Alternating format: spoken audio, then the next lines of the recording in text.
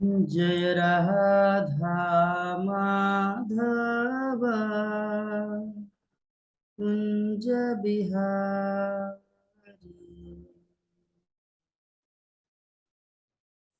जय राधा माधव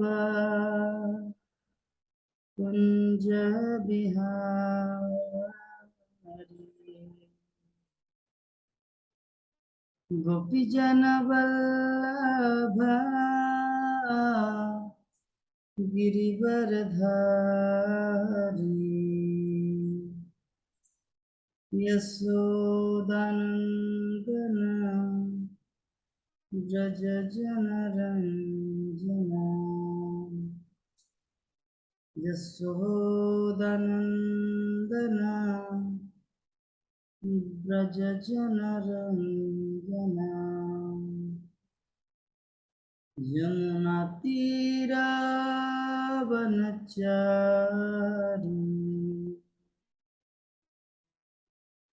जय राधा माधव कुंज बिहारी।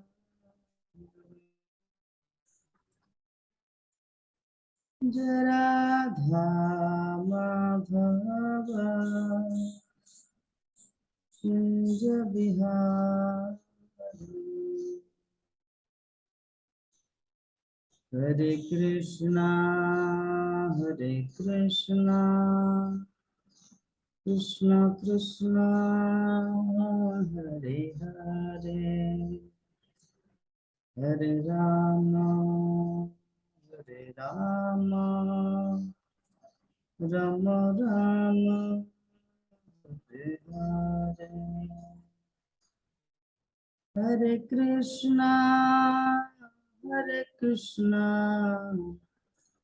कृष्ण कृष्ण हरे हरे, हरे राम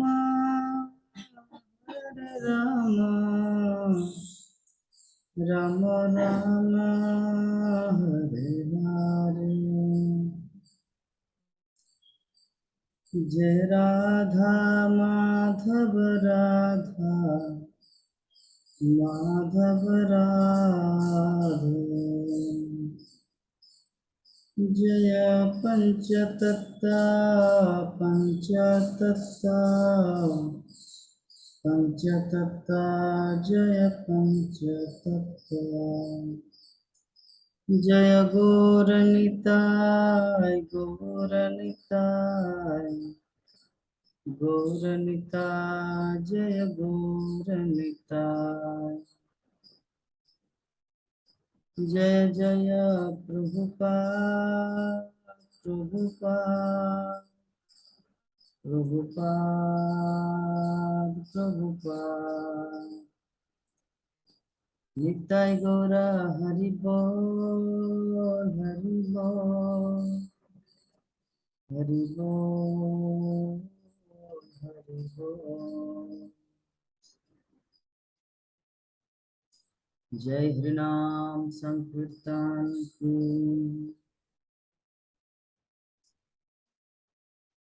ग्रंथराज श्रीमद् भागवत महापुराण की। निताय गौर प्रेमानंदे। मज्ञानतिमिरान्धस्य ज्ञानाञ्जनशलाकया चक्षुरुन्मीलितं येन तस्मै श्रीगुरुवे नमः। श्री चैतन्य मनोभीष्ट भूतले स्वयं रूप कदा मह्यं ददाति स्वपदान्तिकं। वन्देऽहं श्रीगुरो श्रीयुतापदकमलं श्रीगुरुन् वैष्णवांश्च। श्रीरूपं साग्रजातं सहगना रघुनाथं तं सजीवं साद्वैतं सावधूतं परिजनसहितं कृष्णचैतन्यदेवं श्रीराधा कृष्णपादान् सहगना ललिता श्रीविशाखान्वितं च।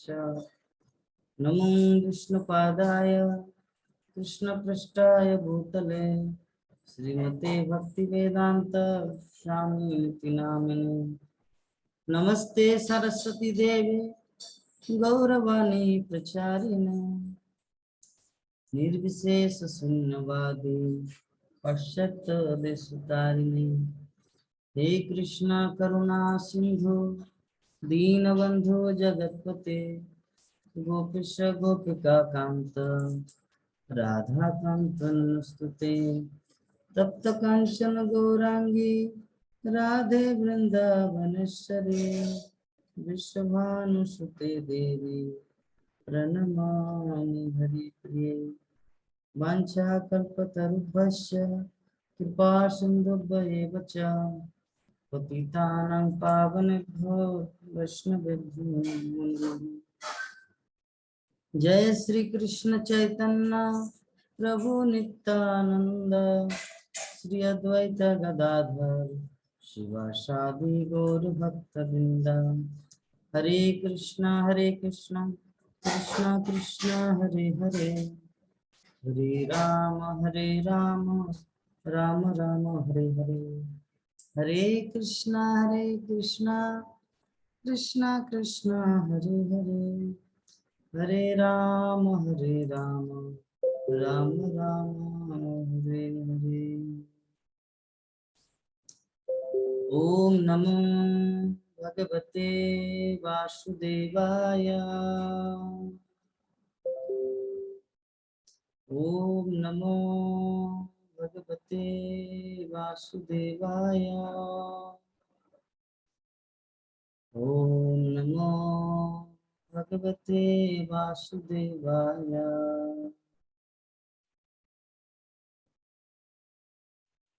नारायणं नमस्कृत्य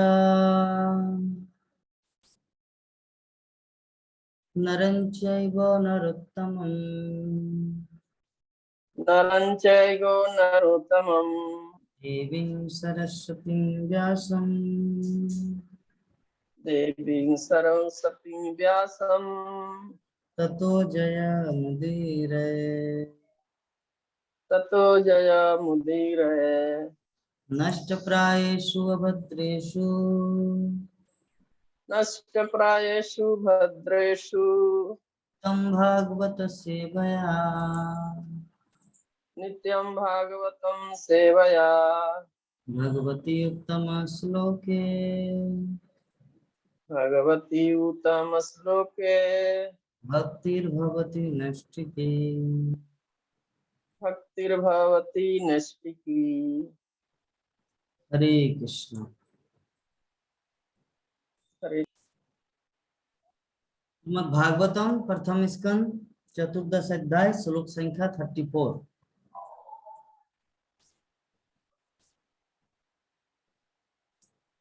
भगवान अपि गोविंद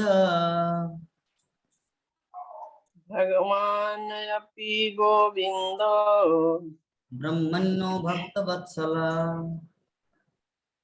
भगवन्यो भक्तवत्सल कच्चित् पुरेषु धर्मायाम् कच्चित् पुरे सुधर्मानाय सुखमास्ते सुहृद्वृता। सुखमस्ते सुहृद्यवित। भगवान अपि गोविंद भगवान् अपि गोविन्दो ब्रह्मण्यो भक्तवत्सल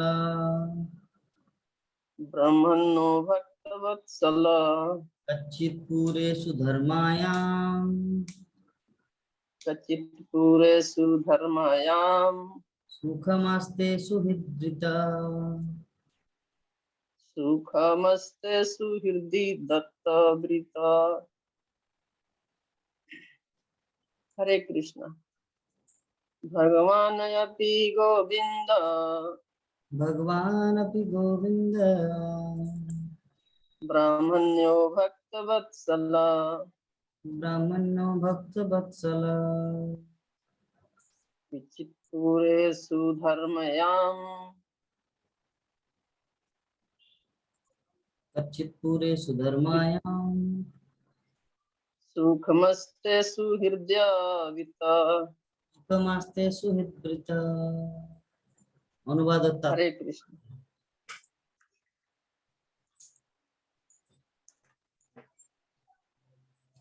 हरे कृष्णा। सभी भक्तों के दंडवत प्रणाम।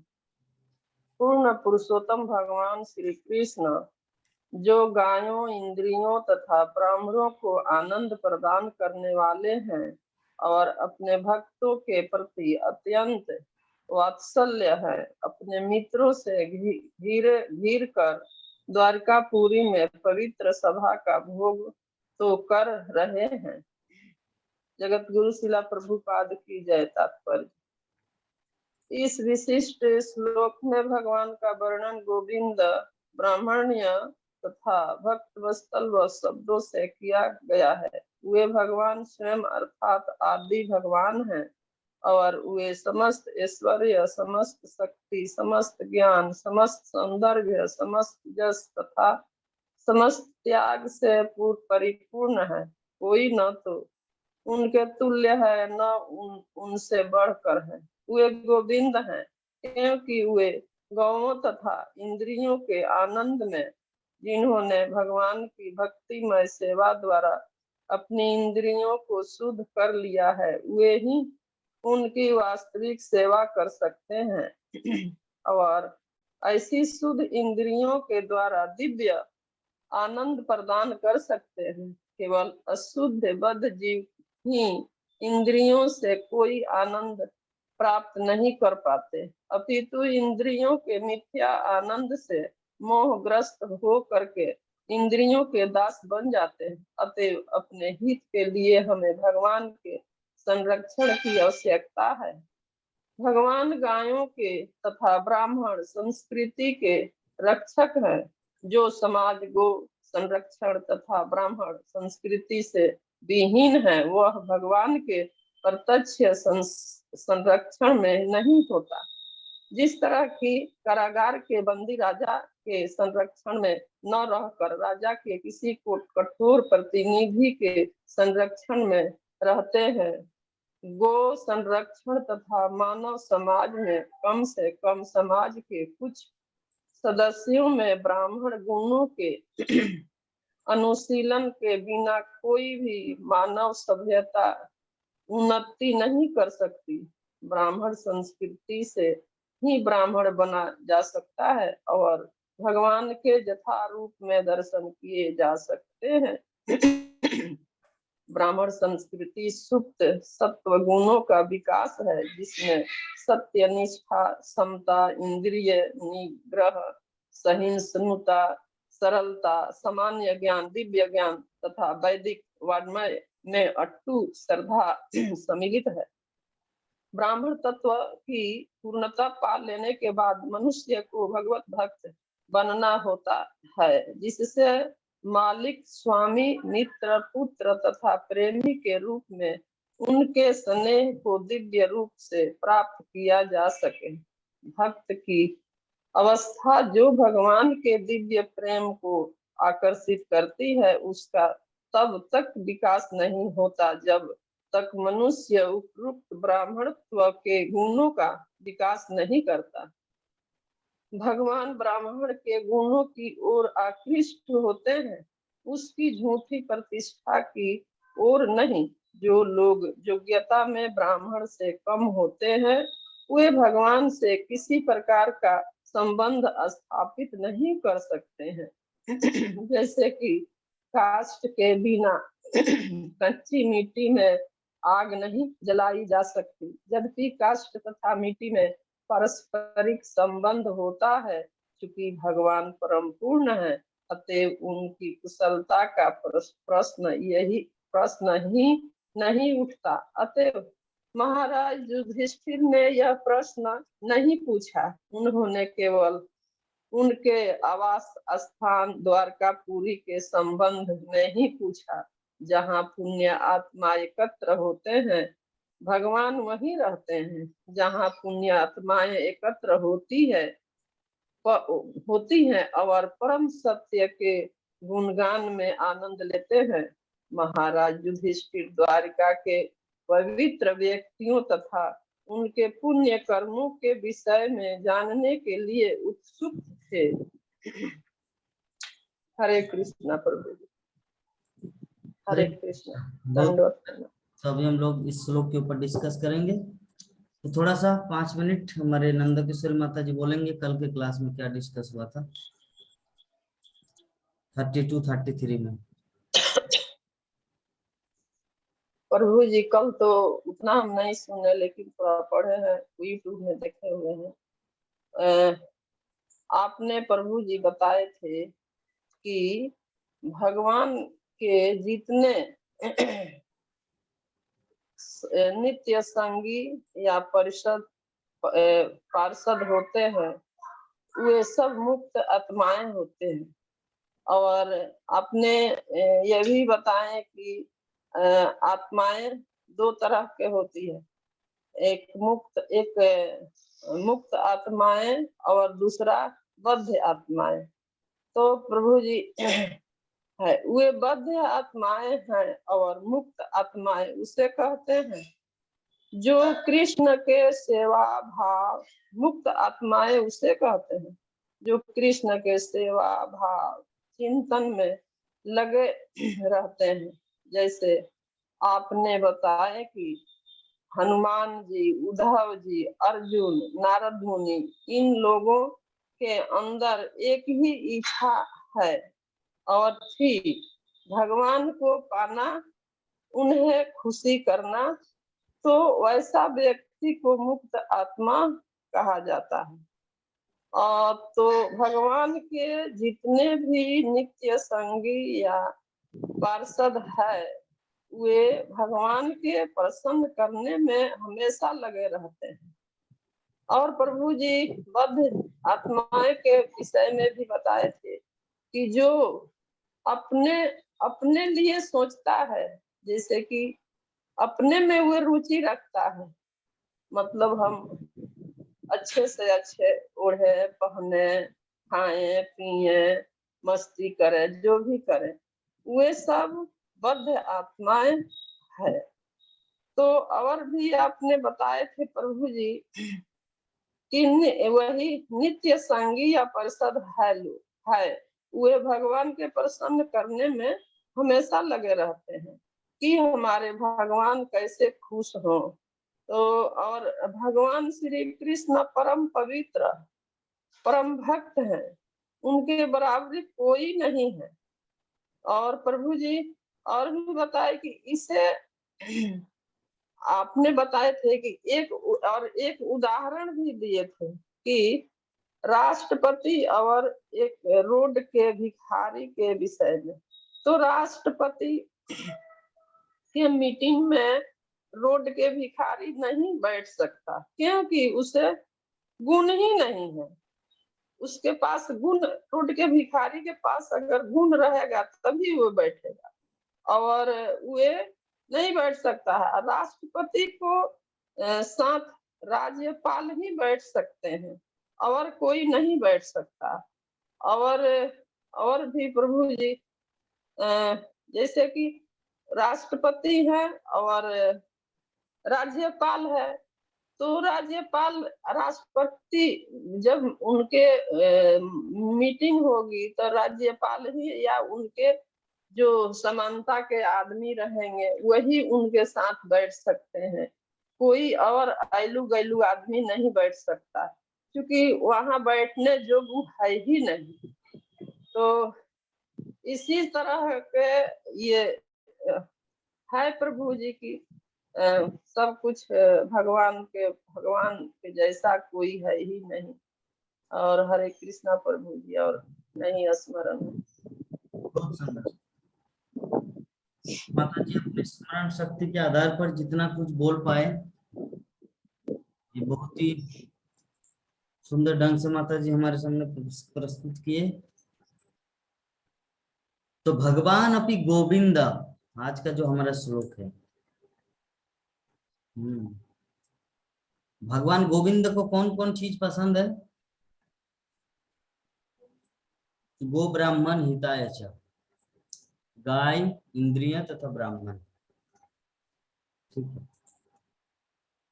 तो गो ब्राह्मण हिताय च गो। गो मतलब हम लोग जानते हैं कि गो एक ऐसे पशु है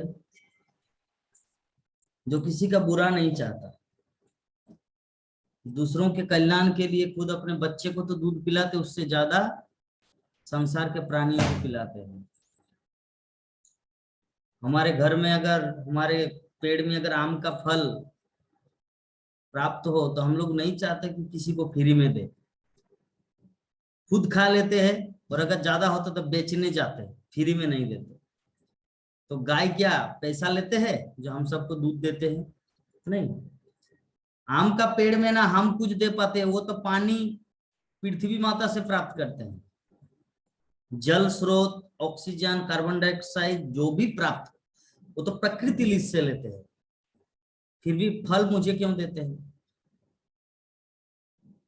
कहने का मतलब गाय जो है वो सब कुछ भगवान के भरोसे, घास के हम लोग फैक्ट्री में उत्पादन करते हैं? नहीं, घास भी प्रकृति की देन है, जल वो भी प्रकृति की देन है, सब कुछ प्रकृति का है, लेकिन फिर भी गाय हम सबको प्रदान करते दूध।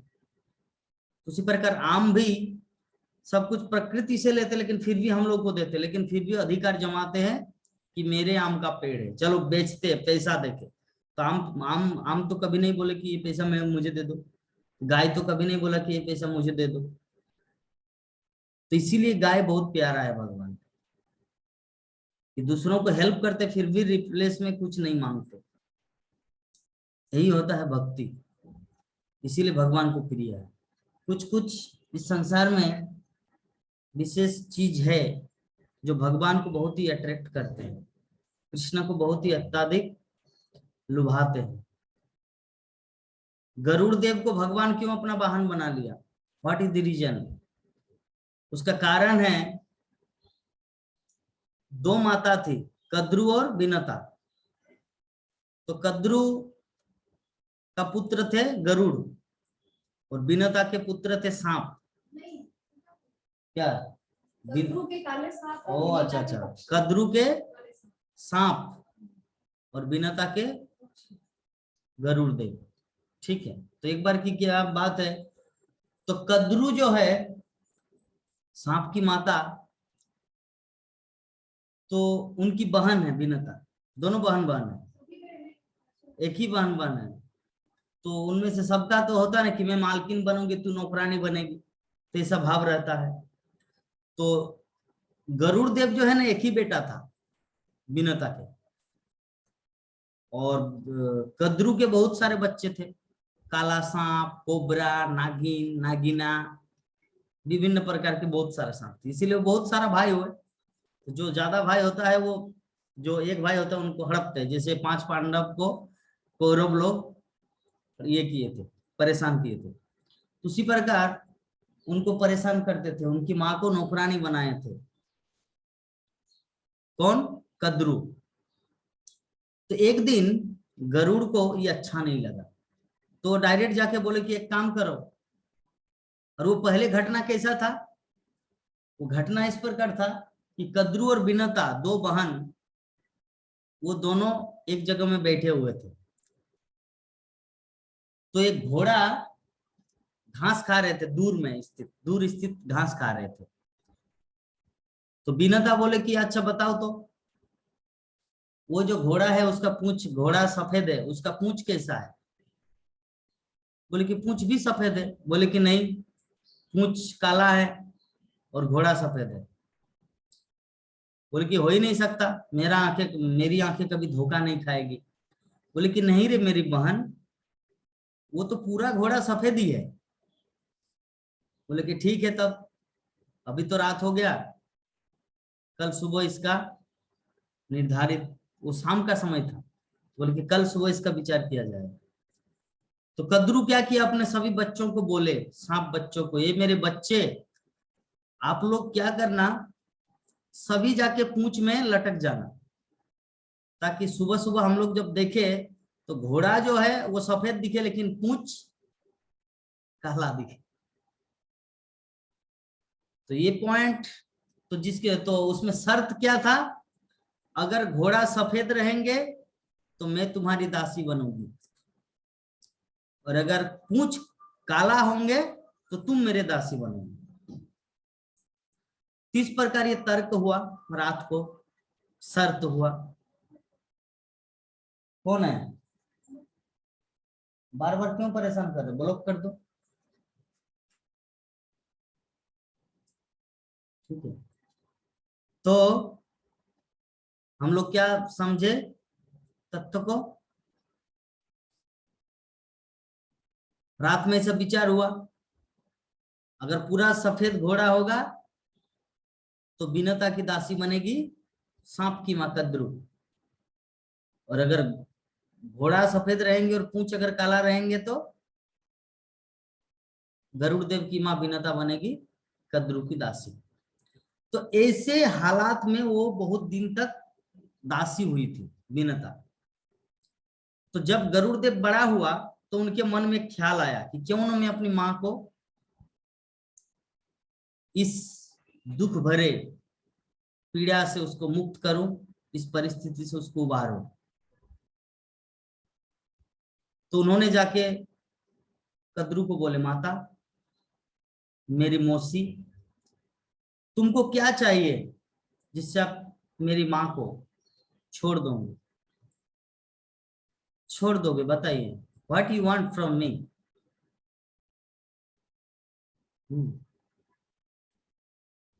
तो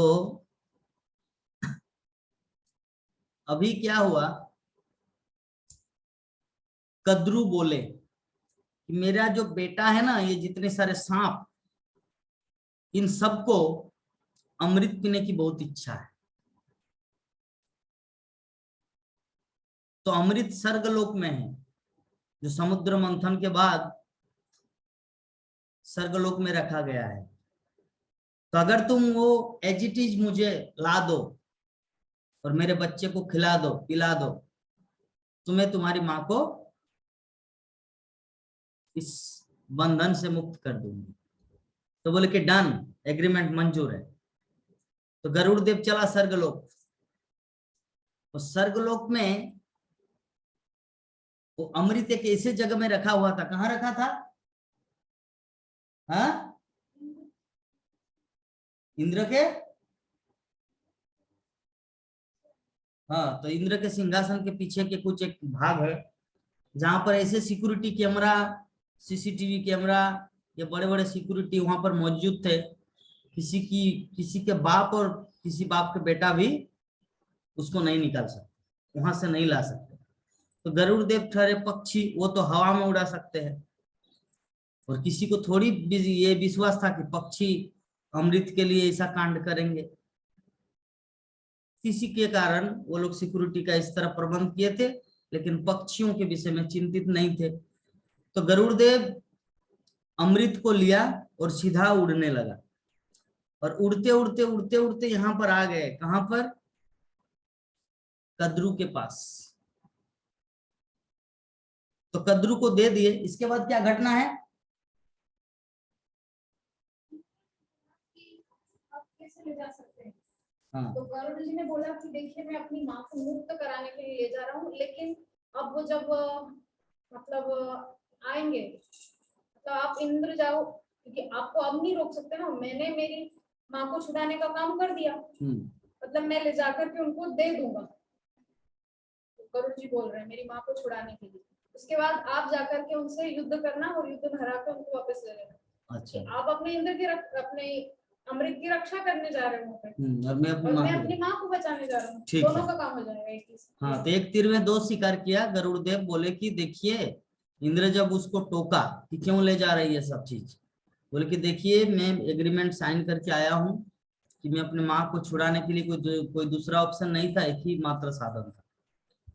तो जब गरुड़ देव स्वर्गलोक से लेकर पृथ्वी लोक तक ले आए, हाँ, वो अमृत, तो उस समय अगर वो चाहते तो अमृत का थोड़ा सा एक बूंद पी लेते, एक गिलास पी लेते, लेकिन गरुड़ देव पिया नहीं। तो भगवान विष्णु, उनकी ये एकाग्रता, उनकी ये निष्ठा, ये ईमानदारी, ये ईमानदारी देखकर ही गरुड़ देव को अपना वाहन बनाया। तो भगवान जब किसी के प्रति प्रिय होते हैं ना, जब किसी के प्रति प्रसन्न होते हैं ना, तब वो उनको अपना बना लेते हैं। तो गाय जो है ना, गाय भी इस तरह भगवान के प्रिय है, क्योंकि दूसरों की सेवा में ये लगते हैं, दूसरों की सेवा में ये रहते हैं। ठीक है। तो नमो ब्रह्मण्य देवाय गो ब्रह्मण्य हिताय। और ब्राह्मण, ब्राह्मण कैसे भगवान को प्रिय है? ब्राह्मण भगवान को इसलिए प्रिय है क्योंकि ब्राह्मण का काम होता है दूसरों को कृष्ण के बारे में बोलना। क्योंकि संसार में सभी प्राणी कृष्ण को भूल चुके हैं, हर कोई एक दूसरे की सेवा कर रहे हैं। अगर कोई सब्जी बेच रहे हैं तो कोई व्यक्ति सब्जी खरीद रहे हैं, कोई कपड़ा फैक्ट्री बनाए तो कोई कपड़ा का मार्केटिंग कर रहे हैं, तो कोई कपड़ा खरीदने जा रहे हैं। सभी एक दूसरे से संबंधित है। लेकिन ये सब में किसी में भी कृष्ण को प्रसन्न करने का ये सब तो बंधन है, ये सभी तो भूले हुए हैं जी। भगवान के धाम में जाना, भगवान के पास पहुंचना, ये सब तो किसी के पास ज्ञान नहीं है। कपड़ा बिजनेस, चाय दुकान, पान दुकान, बीड़ी दुकान, सिगरेट दुकान खोल के सभी बैठे हुए हैं, एक दूसरे को भूल रहे हैं। लेकिन किसी के पास ये क्षमता, किसी के पास ये ज्ञान नहीं कि मुझे भगवत धाम को प्राप्त होना। तो ब्राह्मण एक ऐसा व्यक्ति होता है जो कृष्ण भक्ति तत्व को दूसरों के सामने बोलते हैं, लोगों को समझाते कि हम ये शरीर नहीं, हमें आत्मा है और आत्मा का धर्म है कृष्ण की सेवा में लगना, भगवान के धाम को प्राप्त होना। इसीलिए भगवान को ब्राह्मण इतना प्रिय है, क्योंकि वो उनका काम करते हैं। बाकी सब तो दुनिया के लिए, कोई कपड़ा फैक्ट्री, कोई लोहा फैक्ट्री, कोई टाटा स्टील प्लांट, तो कोई बोकारो स्टील प्लांट, विभिन्न लोग इस संसार में लगे हुए हैं। लेकिन जो ब्राह्मण होते हैं, जो कृष्ण की सेवा में लगे हुए हैं,